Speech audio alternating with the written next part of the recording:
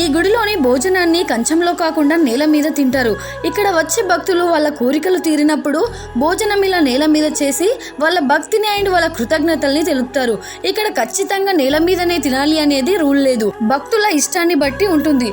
ఇక్కడ అందరూ సమానమే అని చెప్పడానికి షర్ట్స్ అండ్ బనీన్స్ కూడా లేకుండా పంచల్లోనే దర్శనం చేసుకుంటారు మగవారు.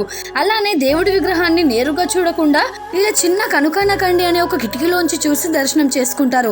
ఎందుకంటే ఈ కిటికీ నుంచి శ్రీకృష్ణుడే తన పరమ భక్తుడైన కనకదాసుకి దర్శనం ఇచ్చినట్లుగా నమ్ముతారు.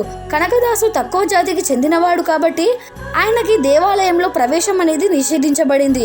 అయినప్పటికీ కూడా ఆయన భయపడకుండా దేవాలయం వెనక నుంచి వెళ్లి గుడిలో ఉన్న చిన్న కిటికీలోంచి భగవంతుణ్ణి చూసి ప్రార్థిస్తాడు.